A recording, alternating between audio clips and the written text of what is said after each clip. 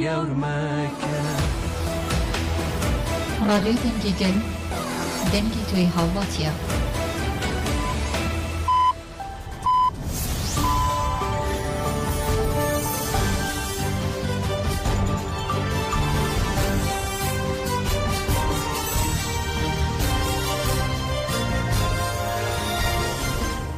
جناب دانوچان رادیو دنگ گلدن باش گودارین هجا ایرو 28 ترمه 2024 یک شب بروکسل ساعت 13 لامده 14 اما نوچین دنوا روژه پیشکش بکن دم آزادی ریبر آپویه.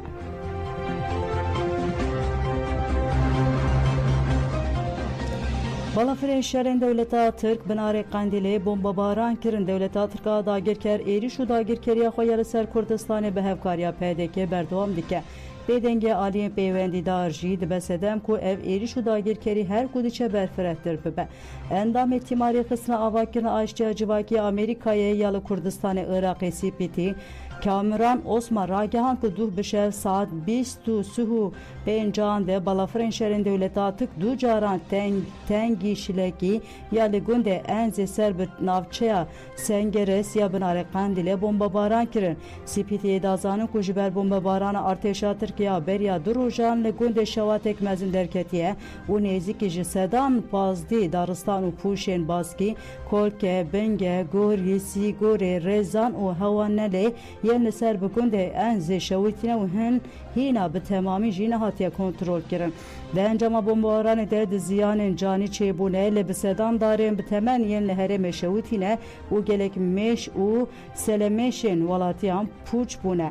Hêjayî gotine ku li gel bombebaran û êrişên rojane berdewam yên dewleta Tirka dagirker li ser Başûrê Kurdistanê artêşa Tirk bi hezaran leşker û bi sedan tank û wesayîta zirxî xwe li nava xaka Başûrê Kurdistanê bi cih kirine. Lê ne hikûmeta demboriya Herêma Kurdistanê ne jî hikûmeta Iraqê ti bertek û helwest nîşan nade.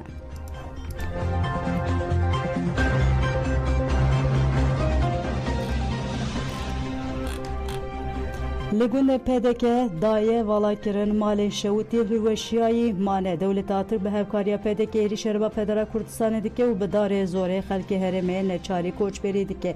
Rojnivîsê ragihand ku gundên PDK di çarçove êrîşan de daya valakirin. Xelkê Behdînanê ji ber gef û êrîşan gundên xwe vala dike. Du ji neh saet muhlet dan şeniyên gundên Mişê, Kevnê Mişê, Spîndarê û Girgêşê yên li herêma bergarê ku alev û amûrên xwe ji malan xwe derxîne. Hinek welatiyên çûne gund rastî wêranî û xirabiyeke mezin hatine. Şeniyên got wiha dibêjin. Nedihiştin em bikevin gundên xwe. Piştî qenehkirina PDK raydaran ji me re gotin ku ji bo em bikevin gundên xwe divê em destûrê ji dewleta Tirk bixwazin. Dîmenên ku welatiyan gihandin ber destê Rojnivîsê dîmenên valakirin û şewitandina gundên ên salên Nuhtî li Bakurê Kurdistanê hatine kirin bibîrxist. Di dîmenan de ji gundên hatine valakirin malên şewitî û hilweşiyayî mane.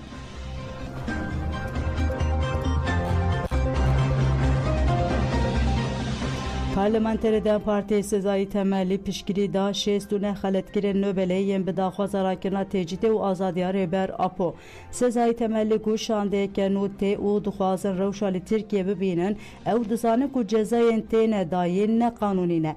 Temelî balkişan ser daxwaza şêstûne xeletkirên Nobelê yên ji bo azadiya fîzîkiya rêber Abdullah Öcalan ku name ji saziyê nav Netîvê û Serokkomarê AKP'yê Tayyip Erdoğan şandine û got xwestin ku birêz Öcalan werê berdan û müzakere dest bikin. Em ji tiştên hatine gotin diparêzin.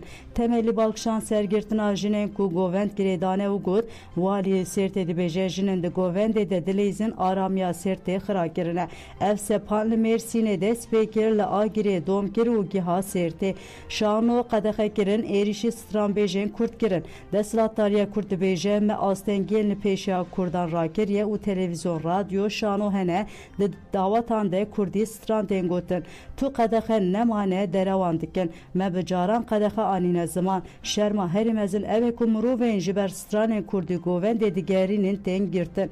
Divê desthilatdarî şerm bike.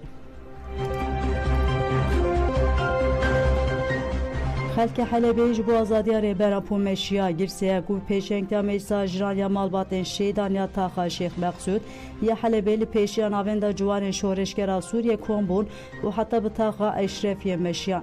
Girseya gel li çariyana Zeytûnê mîtîng pêkanî û piştî rêzgirtinê li ser navê meclisa jinan û meclisa hevserûka mala Êzdî Rûşîn Musa û Ewaş Çawaşî axivîn. Her du axaltvanan destşankirin ku dewleta Tirk siyaseta inkar kirin û tecdîtê didomîne û gotin êdî kêr gihaye hestî weke gel fikarên me yên derbarê Rêber Abdullah Öcalan destê debûne. Li vê demil dest tecdît were rakirin û rêbertî were azad kirin. Axaltvanan xıyaneta malbata Barzan û hevkariya wê bi dewleta Tirk re şermezar kirin û gotin ev hevkarî berdewama komploya nav neteweyî ye.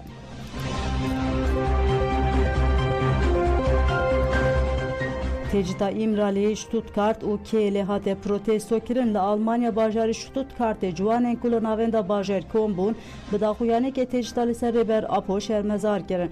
Piştî rêzgirtinê li ser navê girse daxuyaniyek hat xwendin û bank li Sîpîta tê kirin ku demil dest derbarê rewşa İmralê de daxuyaneke bide. Ciwanan bank li neteweyên yekbûyî jî kirin ku bertek nîşan êrişên dagirkeriyên li ser başûrê Kurdistanê bide. Ciwanan diyar kirin ku heta tecdîta li ser Rêber Apo were rakirin û azadiya wî ya fîzîkî were mîsoger kirin ew çalakiyên xwe bidomînin. Li Kielê jî têjît û êrişên dagirkeriyê hatine şermezar kirin. Girseyek û pêşengtiya navenda Civaka Kurta Demokratîka Kiel DKTM kom bû mîtîng pêkanî. Piştî rêzgirtinê li ser navê DKTM Kielê Şîrîn Mûş axivî got dewleta Tirka dagirker bi her cûra hovîtiyê êrişî axa welatê me şervanên azadiyê dike. Bi xayînan re başûrê Kurdistanê dagir dike. Em tecdîta li ser rêbertî êrişên dewleta Tirkiyên dagirkerî û biryara dewleta Îranê ya dardekirina rojnamavan Pêşxan Ezîzî û Tundî şermezar dikin. Mîtîng duruşmeyan bi dawî bû. Kurdistanê û dostên wan li paytexta Danimarka Kopenhagê jî bi daxuyanekê dagirkeriya dewleta Tirk hevkariya PDK û tecdîta li ser Rêber Apo şermezar kirin. Di daxuyanê de hat gotin ku êrişê li başûrê Kurdistanê bin pêkirina hûqa nav neteweyî ye. Divê saziyê nav netewîyên peywendîdar demê dest bikevin nava li vî tevgerê de. Divê êrişên faşîst û dagirkeriyê ku her cûre çekên kimyewî têne kararın ravastînin. Di daxuyanê de îxaneta malbata Barzanî jî hate şermezar kirin. Di daxuyanê de tecdîta li ser Rêber Apo jî hate şermezar kirin û hat gotin ku heta tecdîta li İmralê bê şikandin û her bihostek axa Kurdistanê ji dagirkeran re were paqij kirin ew ê li cem gerlayên azadiyê bin û têkoşînê bikin.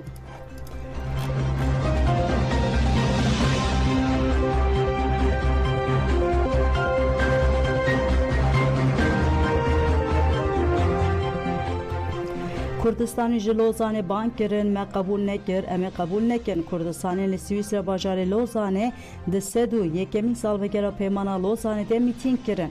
Li ser partiyên Kurdan sû şeş pêkateyên siyasî û civakî li Lozanê qada Pioneres kom bûn û heta bi qada Cihan Ton Oşî meşiyan û mîtîng kirin. Piştî rêzgirtinê hevserûka KCDK Zübeyde Zümrüt axivî got yên ku peymanê îmzê kirine îro jî tecdîta li İmralî û êrişên li ser Rojava û Başûr didomînin. Me ev peymanê qebûl nekir û em qebûl nakin. Piştre parlamentera Parlamentoya Federala Partiya Sosyalîst a Swîsre Lorenza Falhamînriel axivî got peymana Lozanê encamên giran derxistin holê.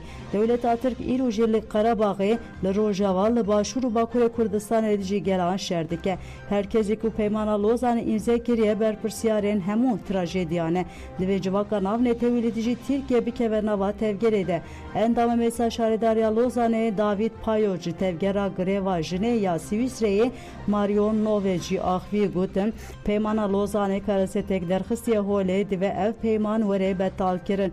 Herî dawî li ser navê PYD Fuat Ömer axivî got peymana Lozanê şermeke nav neteweyî ye divê dawî li vê şerma 7 salî beyanî. Piştî axaftinan Kurdistanê û dostên wan heta bi qada kunç kun ku avahiya peymana Lozanê li hate imza kirin meşiyan û mîtîng kirin.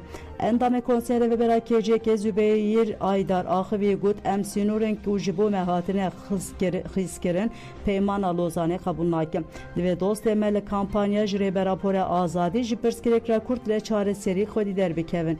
Nûnerên yeneke û tevgera goran jî axivîn û bank li herkesî kirin ku li dijî êrişên dagirkeriyên dewleta Tirk têkoşînê bikin. Çalakî bi duruşmeyan bi dawî bû.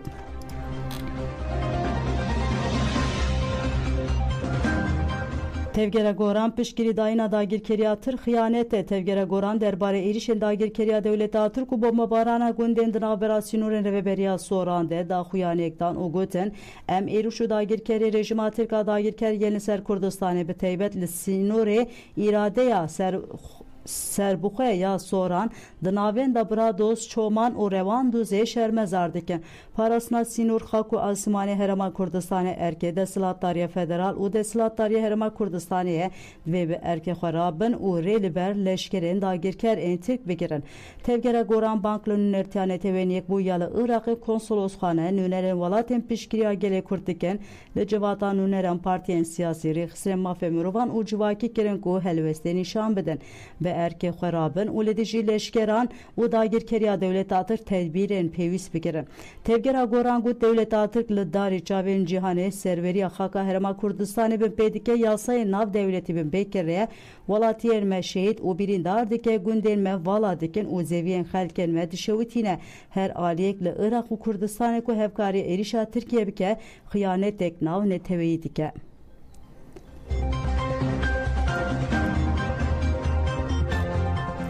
Mamosteyên zanîngehê divê ger rê li ber dagirkeriyê bigire. Mamosteyên zanîngeha Helepçeyê li ser pêdengiya Desilatdariya Herêma Kurdistanê û Iraqê ji rojnivîsa axivî û êrişên dewleta Tirka dagirker şermezarkirin û bank li herkesî kirin ku li dijî dagirkeriyê xwedî helwestek tund û cidî bin.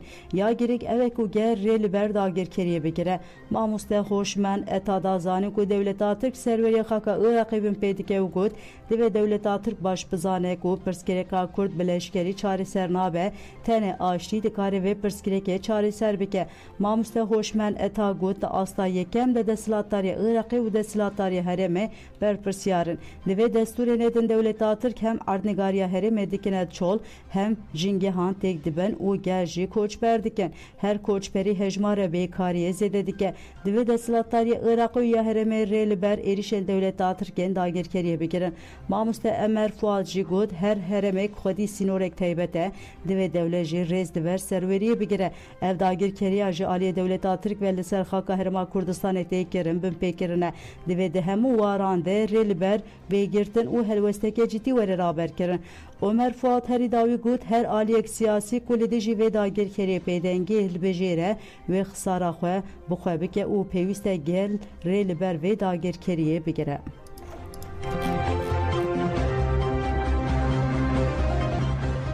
Li Digûrê şehîdên fermanê hatin bibîranîn civaka êzî bi pêşengtê reveberiya Xwesêra Şengalê bi hevkariya şaredariya gel û yekîtiya ciwanên êzîxanê li korîdora mirovaniyê ya Digûrê kom bûn û hata bi hewza mezin ya li korîdora navbera Şengal û Rojava meşiya û mîtîng kirin.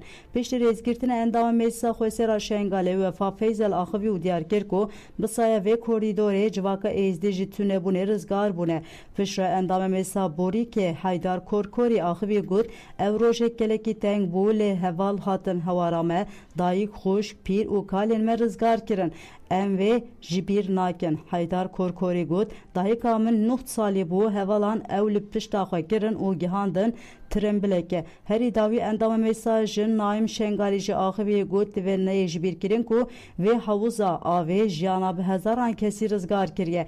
Kîvê kerasetê ji bîr bike xwe ji bîr dike. Divê ev hewza avê jî bibe semboleke êzdatî.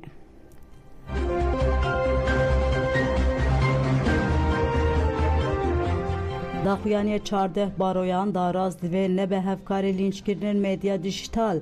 14 baroyan bertek nîşanî biryarên girtinê yên ji ber girêdana govendê dan û gotin divê daraz mafê bingên û azadiyan biparêze û helwesta parastina azadiyan nebe hevparên lînçkirinê ser medya dijîtal. Baroyan got hatîtin ku li Mêrsînê ciwanên govend girêdan hatin binçavkirin piştre li Sêrt, Aygirî û İstanbulê welatiyên govendê digirin tên binçavkirin rastê muameleya xirab tên û hinekî wan hatin girtin. Dema mijar dibe Kurd helwesta dewletê ya bu polîtikeyên ewlehiyê û helwesta binçavkirin û girtina darazê dike vê dewrê de ev yeknayê qebûl kirin cihê wan binçavkirin û girtinan di dewleteke demokratîk ya hukukê de nîne. Divê daraz bi helwesta parastina mafan rabe.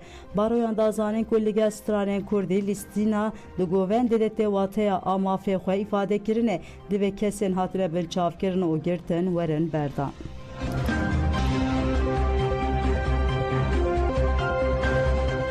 Dijminatiya Kurdan hate protesto kirin komeliya zaman û çandeya birca belek tekildar êrişên li ser zimanê Kurdî û girtina ciwanên Kurd şermezar kirin. Piştî rêzgirtinê parlamenterê Dem Partî Zekî Yilmaz Axivî û bank li desthilatdarî AKP û MHP kir ku dev ji van polîtikayên qirêj berde û got sed salin bi armanca ji holê rakirina ziman û çanda Kurd êriş têne kirin. Lê Kurd ziman û çanda xwe diparêzin û wê biparêzin jî. Piştre li ser navê girseye hevserokê komeleyê Cahit Akıl daxuyanê xwe got bingeha van êrişan polîtikayên desthilatdarî AKP û MHP'ye. Ev desthilatdarî û polîtikayên şergelê Tirkiye teve mahkûm û xizaniyê kirine.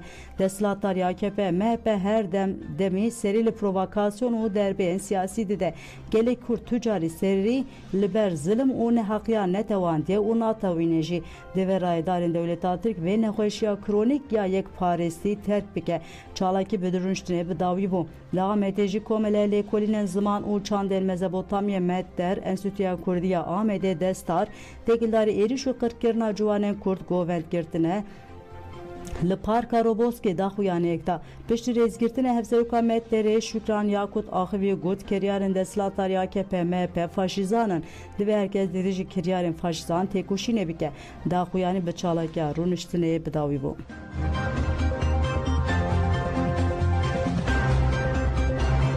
Heştî girtiyên li girtîgeha Bolu tîpa fê rakirin nexweşxaneyê girtiye siyasî Lokman Bozan doh ji girtîgeha Bolu tîpa fê bi telefonê bi malbata xwe re axivî û diyar kir ku ev ji di nav de gelek girtî ji ber xwarinê jehrî bûne. Parêzeran ku bi rêveberiya girtîgehê re têkilî danîn gotin ku müdürê girtîgehê gotiye girtî ne ji ber xwarina girtîgehê ji ber şewbê nexweş ketine. Müdür gotiye li tevahiya Boliyê şewbeyek heye tevî gardiyan û memuran heftî heştî kes nexweş ketine. Verişiyane ji bo wê jî ew şiyandine nexweşxaneyê. Müdür anî ziman ku di nava kesên sewkî nexweşxanê hatine kirin de tu girtiyên nexweş yên giran nînin. Komeleya Hukuknasên ji bo azadiyê ÖHD û parêzerên me tuat fêdê destşan kirin ku ew ê ji bo rewşa girtiyan hîn bibin wê biçin girtîgehê.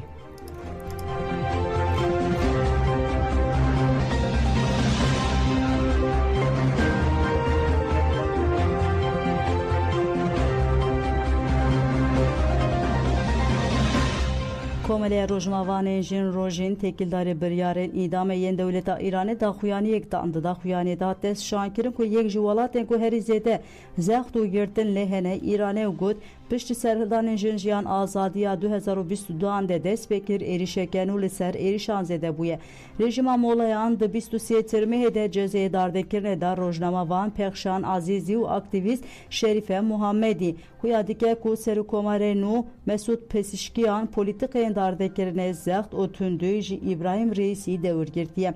Em weke komeleya rojnavanên jin rojîn dixwazin diyar bikin ku em bi rojnavan jin re ne û lêdî ji polîtikayên dardekirinê li Îranê têkoşînê dikin. Em bank li hemû jinên ku ji bo azadiyê li ber xwe didin dikin ku lêdî ji cezayê dardekirina li Pexşan Azîzî û Şerife Muhammedî hilwestek cidî nîşan bidin. Divê raya giştiya cîhanê û saziyên şefemenî û rêxistinên jinan lêdî ji dardekirinê dengê xwe bilind bikin û ev erka însanî û ahlaqî bicih bînin.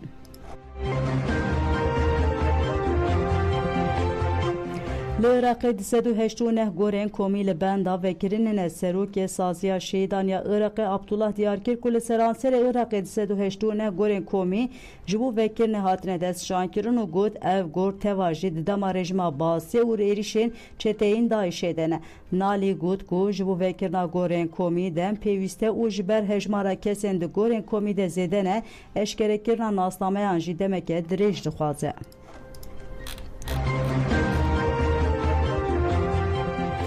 Li Efrînê du welatiyên din hatin revandin çavkaniyê xwe cih diyar kir ku Mîta Tirk û çeteyên wê yên navê polîsên leşkerî li xwe dikirin roja 22 vê Tirmihê welatiyê bi navê Mihemed İzzot Koçer ê ji bajarê Cindirêsê revandiye. Li gorî heman çavkanî çeteyên Sultan Sileyman Şah, Em Şah û Hemzat 24 Tirmihê welatiyê bi navê İsa Xelef ê 55 salî revandiye. Çavkanî diyar kir ku İsa Xelef ji gundê ziyaretê ye bi hinceta ku pezê xwe li nêzî baregeha çeteyan diçêrîne li taxa Eşrefê ya bajara Efrînê hatiye revandin. Telegodan Jemen Uçenir bu peşkeşkirin ana hatırı veden başı.